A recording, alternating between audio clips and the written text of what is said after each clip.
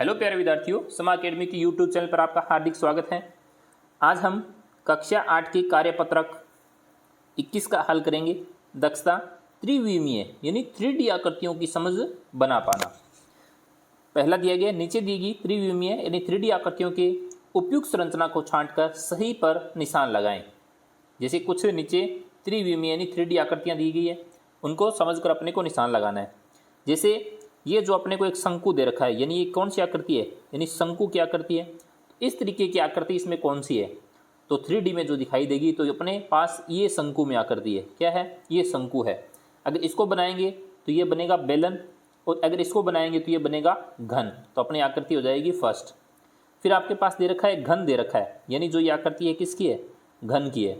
तो ये तो अपन ने अभी किया कि ये शंकु की, इसका मतलब ये भी नहीं है। और ये आकृति किसकी होती है, एक बेलन की होती है, यानी जो ये यहाँ पे इस तरीके से लग जाते हैं, तो ये बेलन की हो जाएगी।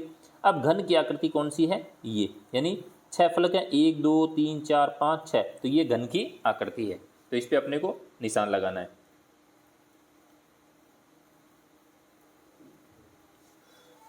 फिर है दूसरा, नीचे दी गई त्रिविमीय 3D आकृतियों को उनकी सही संरचना के साथ मिलान कीजिए। जैसे अपने पास एक बेलन दिखाया गया है, तो इसमें आपको कौन सा दिखाई दे रहा है कि बेलन जैसी आकृति है। जैसे ये आकृति है, अगर इसको खोलेंगे तो ये आकृति कैसी हो जाएगी, यानी ऐसी हो जाएगी। और ये जो दो निशान है इस तरीके से, अब देखो कौन सी मिल रही है, तो ये हो जाएगी। फिर है ये आकृति अपने पास कौन सी दिखाई दे रही है, तो ये आकृति है 1 नंबर, और ये आकृति है, इसके साथ मिलान कर देंगे।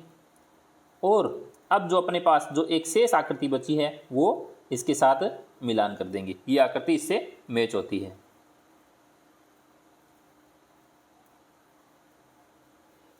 तीसरा है, नीचे दी गई संरचना में से किन किन से घन का निर्माण कर सकते हैं, उपयुक्त विकल्प पर सही का निशान लगाएं। यानी अपने पास 3 आकृतियां दे रखी है, इनसे किस किस से घन का निर्माण कर सकते हैं। तो ये घन होता है, उसमें 6 फलक होते हैं। तो पहले तो 6 फलक होने जरूरी है, 1 2 3 4 5 6, इसमें 6 फलक हैं, तो इससे अपन एक घन का निर्माण कर सकते हैं। तो ये भी सही है। फिर दूसरे में देखते हैं 1 2 3 4 5 6, इसमें भी है, तो इससे भी अपन एक घन का निर्माण कर सकते हैं। फिर देखते हैं 1 2 3 4 5, इसमें 5 है, लेकिन इससे अपन घन का निर्माण नहीं कर सकते। तो अपने जो सही है उन सही पे 2 पे सही का निशान लगा देंगे। फिर बात करते हैं अपन अगले कार्यपत्रक की। अगला कार्यपत्रक अपना 22 नंबर, दक्षता द्विविमीय यानी 2D तथा त्रिविमीय यानी 3D आकृतियों की समझ बना पाना। अगर आपने चैनल को अभी तक सब्सक्राइब नहीं किया तो प्लीज चैनल को सब्सक्राइब जरूर करें।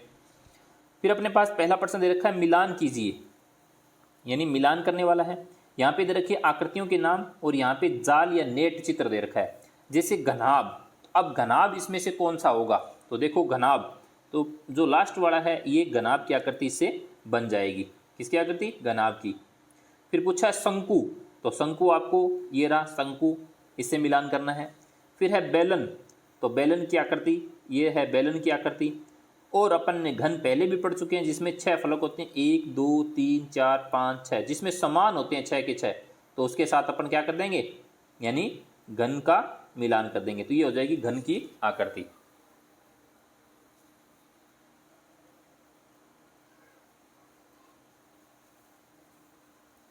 फिर है दी गई आकृतियों को देखकर सारणी की पूर्ति कीजिए।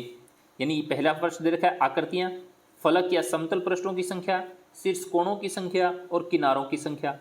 तो एक आकृति आपको दे रखी है ये, यानी घनाभ की। तो घनाभ में कितने फलक होते हैं, यानी 6 फलक होते हैं। कोणे कितने होते हैं, 8 कोने होते हैं, और किनारे होते हैं 12। तो आपको लिखना है यहाँ पे 12। फिर है एक आपको दे रखा है बेलन, तो बेलन में कितने फलक या पृष्ठ कितने होते हैं, 2 होते हैं। कोणे, इसमें एक भी कोणा एक भी नहीं होता है, और इसके किनारे कितने होते हैं, 2 होते हैं। फिर दे रखा है एक शंकु, तो एक शंकु में 1 फलक होता है। कितने फलक होते हैं, 1 फलक होता है, एक ही कोना होता है और एक ही किनारा होता है।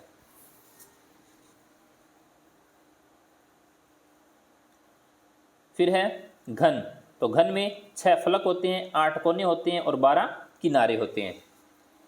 तो घन और घनाभ की एक जैसी आकृति होती है, बस थोड़ा सा साइज में फर्क होता है। तीसरा है नीचे दी गई वस्तुएं किस प्रकार की त्रिविमीय 3D आकृतियों के उदाहरण हैं, बताइए।